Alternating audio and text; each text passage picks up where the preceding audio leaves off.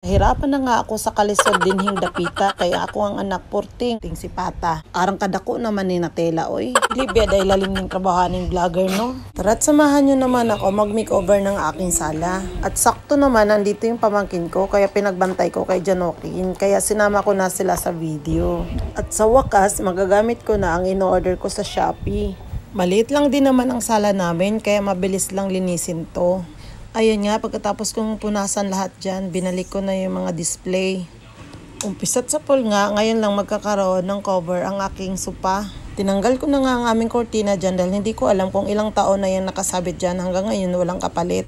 Pagkatapos ko nga natanggal ang kortina, nagmap naman ako sa sahig. Paputol-putol nga ang gawa ko dyan dahil panaiyak tong batang maliit. Ayun ko nga lang malabas lahat ng na-order ko sa Shopee. Inuno ko na nga pinalitan ng aking bintana. Simpleng kurtina lang naman to. Sinadya ko talagang bilhin yan para may pang araw-araw akong magamit. Maganda't mahaba din naman siya. Sulit ka na sa 45. Umpisa nga tinayo na tong aming bahay. Ngayon lang to napalitan ng kurtina. At ngayon lang din ako nakapag-ayos ng sala. Matagal ko na nga na-order to sa Shopee. Kaso ngayon lang ako sinipag. Bihira lang din kasing mauwian tong bahay namin. Umpisa kasi nung pandemic, hindi na namin nauwian to. Halos 2 taon. Umupa kasi kami ng bahay kung saan malapit ang sisigan namin.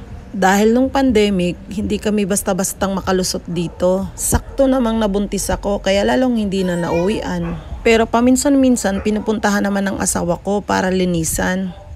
Nung 4 months na si John Joaquin, doon na kami umuwi dito sa aming bahay. Kaso pag uwi namin ang dami nang nasira. Kaya ngayon inuunti-unti ko nang ayusin. Kaya ito na lang din ang gawin kong content sa vlog namin ni John Joaquin. Nahirapan na nga ako sa kalisod dinhing dapita, kaya ako ang anak porting ting si Pata. Naluoy na lang ta. Dagdag pa ning bangko nga wano ko kabalo unsaon pagbutang kay lahi di ay dili tugma ang ilahang size. Arang kadako naman ni Natela oy.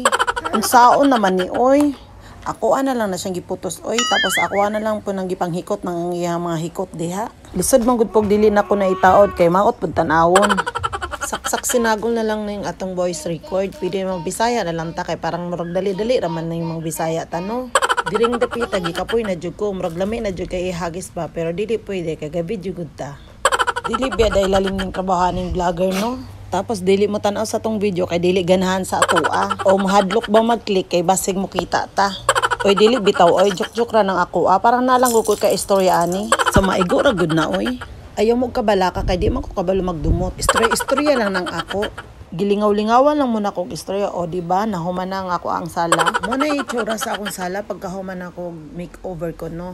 O ayaw na mo panaway ha kung di mo ganahan na aking video. Basta ako sangko sa langit ang akong kalipay na natupad ang matagal ko nang pinapangarap. Ang dream house ko. Umpisa't pagkabata, wala na akong ibang gustong kulay kundi color pink. Salamat Lord God sa blessing mo.